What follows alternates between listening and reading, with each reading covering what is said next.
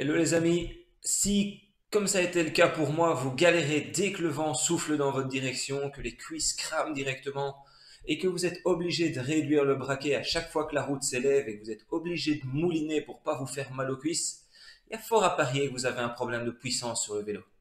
Pour être honnête, pendant de nombreuses années, tous mes triathlons se résumaient de la même manière. Je sortais bien de l'eau, je me faisais dégommer sur le vélo et je rattraperais quasiment tout mon retard sur la course à pied. C'est toujours très sympa de dépasser pas mal d'athlètes sur la course à pied, mais j'ai dû me résoudre à l'idée que mon vélo n'était vraiment pas assez bon. Et en mars 2019, au demi-Ironman de Campeche, je sors 25e de l'eau, je pose le vélo à T2 en 17e place et je franchis la ligne d'arrivée, 5e de ma catégorie, ce qui me qualifie pour les championnats du monde. Alors, qu'est-ce que j'ai fait pour devenir plus puissant sur le vélo? Je vous l'explique dans les minutes qui viennent.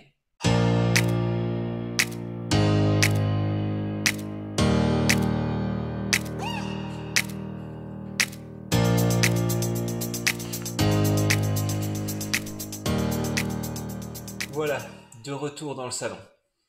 Mais avant de vous parler des solutions que vous pouvez mettre en place pour améliorer votre puissance, je pense qu'il est d'abord important de se mettre d'accord sur ce que c'est réellement la puissance sur le vélo. Pour faire simple, la puissance, ça n'est rien d'autre que la quantité d'effort que vous avez à fournir pour faire avancer votre machine. Et cette quantité d'effort, cette puissance, est égale au produit de la force fois la vitesse. Et donc en cyclisme, la puissance, c'est le produit de la force que vous déployez en appuyant sur les pédales par la cadence de pédalage. Alors vous l'avez déjà compris, si vous voulez devenir plus puissant sur le vélo, vous devez augmenter votre force et votre vitesse de pédalage. Mais ça, c'est la théorie. Alors, est-ce que vous avez vraiment besoin de jouer sur les deux tableaux? Ou est-ce que vous ne devriez pas plus travailler votre force ou, au contraire, plus travailler votre vitesse? On voit ça avec quelques exemples. Et on va commencer avec la vitesse. Est-ce que vous avez vraiment besoin de travailler votre cadence de pédalage? Pour le savoir, faites ce petit test. Lorsque vous êtes en sortie à l'extérieur et que vous êtes sur un pédalage, je vais dire, régulier et relativement confortable, en ligne droite et de préférence sur un terrain plat, comptez le nombre de tours de pédalier que vous faites sur une minute. Si vous êtes sous les 80, la réponse est clairement oui. Vous devez travailler sur votre vitesse de pédalage. Retenez ceci, si vous pédalez trop lentement, vous pédalez trop en force et vous gaspillez votre énergie. Vous allez être fatigué plus rapidement.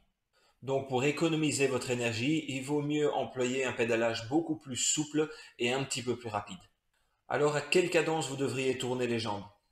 Ça reste une réponse très personnelle à mon sens, mais la majorité des cyclistes vous répondra que l'idéal est de tourner entre 90 et 100 tours par minute. Et pour augmenter votre vitesse de pédalage, un seul type d'entraînement est bénéfique, c'est l'entraînement en hypervélocité.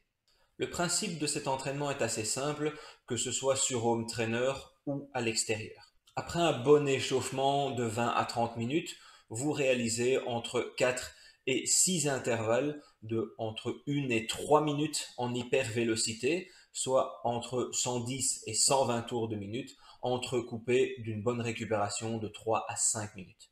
Durant les séries d'hypervélocité, veillez à rester en endurance et à ne pas dépasser 80% de votre fréquence cardiaque maximum. En plus d'améliorer votre cadence de pédalage, cet entraînement a également pour but d'améliorer votre technique et votre efficacité. Donc, entre guillemets, si vous n'avez pas besoin d'améliorer votre cadence de pédalage, cet entraînement est également très bon pour vous. Maintenant, est-ce que vous avez besoin d'améliorer votre force de pédalage? Si, une fois que la pente s'accentue, vous êtes obligé de diminuer le braquet et commencer à mouliner, là aussi, la réponse est clairement oui. Comme pour la vélocité, l'entraînement en force d'endurance peut se faire aussi bien à l'extérieur, en côte ou non, que sur home trainer. Après un bon échauffement, réalisez 3 à 5 intervalles de 3 à 5 minutes à une cadence qui n'excède pas 60 tours par minute. Là, clairement, vous devez appuyer fort sur la pédale. la résistance doit être difficile. Mais comme pour la vélocité, ne dépassez pas 80% de fréquence max. Restez en endurance. Entre les séries de force, récupérez entre 4 et 5 minutes à une cadence supérieure à 90 tours minute pour bien reposer vos muscles. Pour moi, les entraînements de vélocité et de force sur le vélo sont vraiment indispensables et particulièrement en période foncière quand vous êtes loin de vos objectifs encore. Retravailler ces fondamentaux du cyclisme, pour moi l'idéal, une séance de vélocité et une séance de force par semaine. Maintenant, il faut l'avouer, travailler votre force et votre vitesse de pédalage, ça ne sera pas suffisant. Parce que ce qui fera de vous un bon cycliste ou un bon triathlète, c'est d'être capable de tenir ce niveau d'effort sur une longue durée.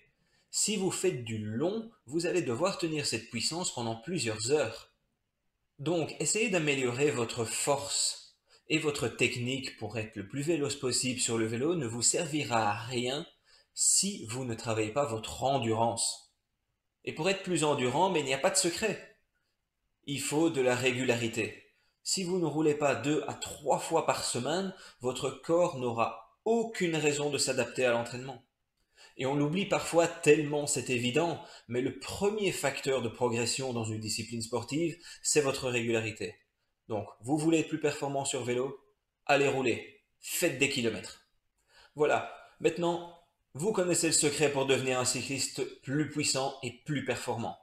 Faites des kilomètres, allez rouler régulièrement, incluez une séance de vélocité par semaine, une séance de force d'endurance par semaine. Voilà la clé. Si cette vidéo a pu vous être utile, laissez-moi un pouce vers le haut et n'hésitez pas à la partager si vous pensez qu'elle peut être utile à quelqu'un d'autre. Si ce n'est pas encore le cas, abonnez-vous à la chaîne pour ne rien rater des futures vidéos. À bientôt!